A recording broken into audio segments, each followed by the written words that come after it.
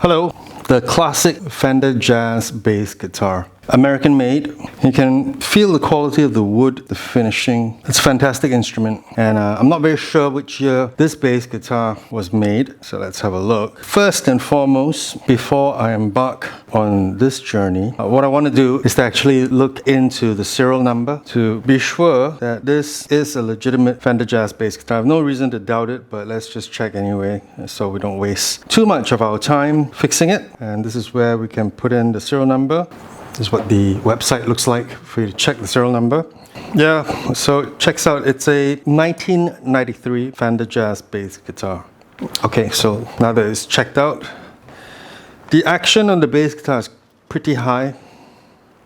All right, so it's quite difficult to play. So I'm just gonna loosen up the strings and then I'm gonna adjust the truss rod. But further to that, for some reason, I guess over time, the volume and tone controls, they must have fallen out and were replaced. So if I don't know if you can see it, but it's tone, right? So I've gone to the shop, I've picked up 2 volume knobs and I'm going to replace the knobs that are incorrectly labeling the volume controls as tone. Some people will say volume is tone, it's whatever. Okay, so this one out. We're just going to clean, might as well clean up some of the grime.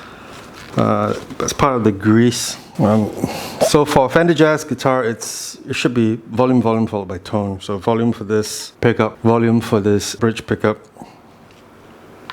followed by a tone control. So just push that in.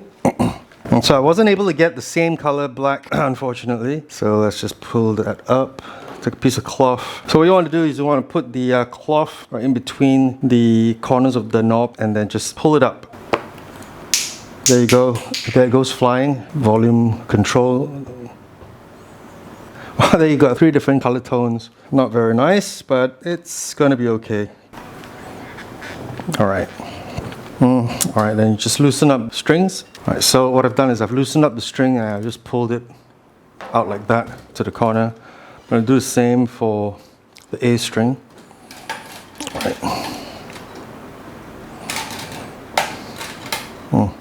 Yeah, I knew that was going to be the right size. Okay, so lefty loosey, righty tighty. So that's tightened up already, and I did 3/4 of a turn. All right, so the next thing I'm going to do is to tune this up, and after I've tuned it up, I'm going to adjust the action by adjusting the saddle.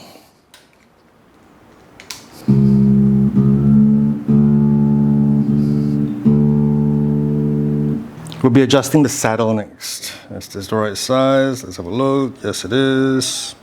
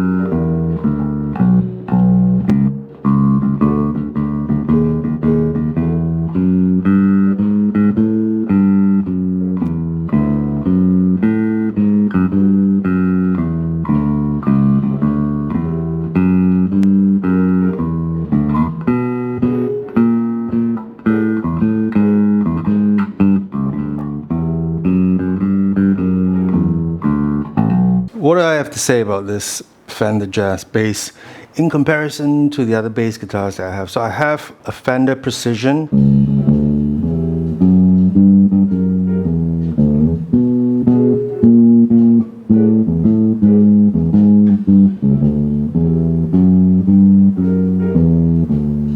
Player series, which means it's made in Mexico, I guess. And I have a Japanese-made Ibanez SR800. And I really like the tone of that one, except that it's got a pretty weak truss rod that has to be adjusted every now and then, but it's still good. This Fender Jazz bass guitar will set you back $2,000 US. Do I think it's worth it? I think in the 50s and the 70s, through maybe to, okay, 80, I'll give you 80s and 90s, manufacturing in Southeast Asia was probably not as advanced, and the Americans invented these instruments. Western instruments have advanced technically more over the last hundreds of years and decades. So this Fender Jazz guitar is state-of-the-art as far as modern music is concerned. But in the last 10 or 20 years, Asian-made instruments from Indonesia and China have really caught up.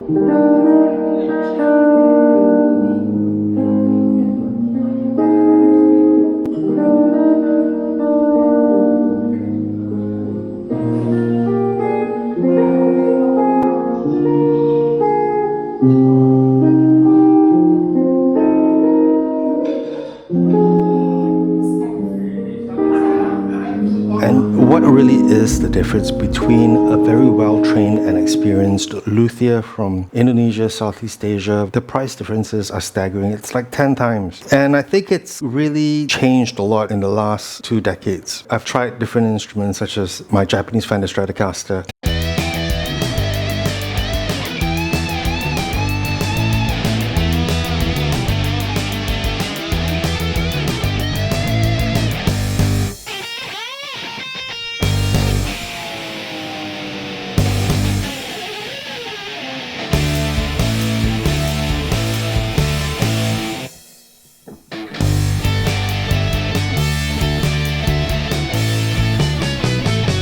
And compared it with instruments made in China and Indonesia recently, such as a Harley Benton Telecaster, and it is just so good. It's made so well. These Chinese and Indonesian made instruments, some of them made in Korea and Japan, they're very good. Some of them maybe even better. But we have been trapped in this brand-conscious, old-fashioned mindset, mostly because of musicians who have already spent $2,000 or $3,000 on their instruments, and they can't let go of that, of course. So if you haven't done that yet and you're just buying Southeast Asian and Chinese instruments, I think it's absolutely fine. And it's a very, very small percentage of us who are going to be on stage playing with Taylor Swift. Very, very small percentage.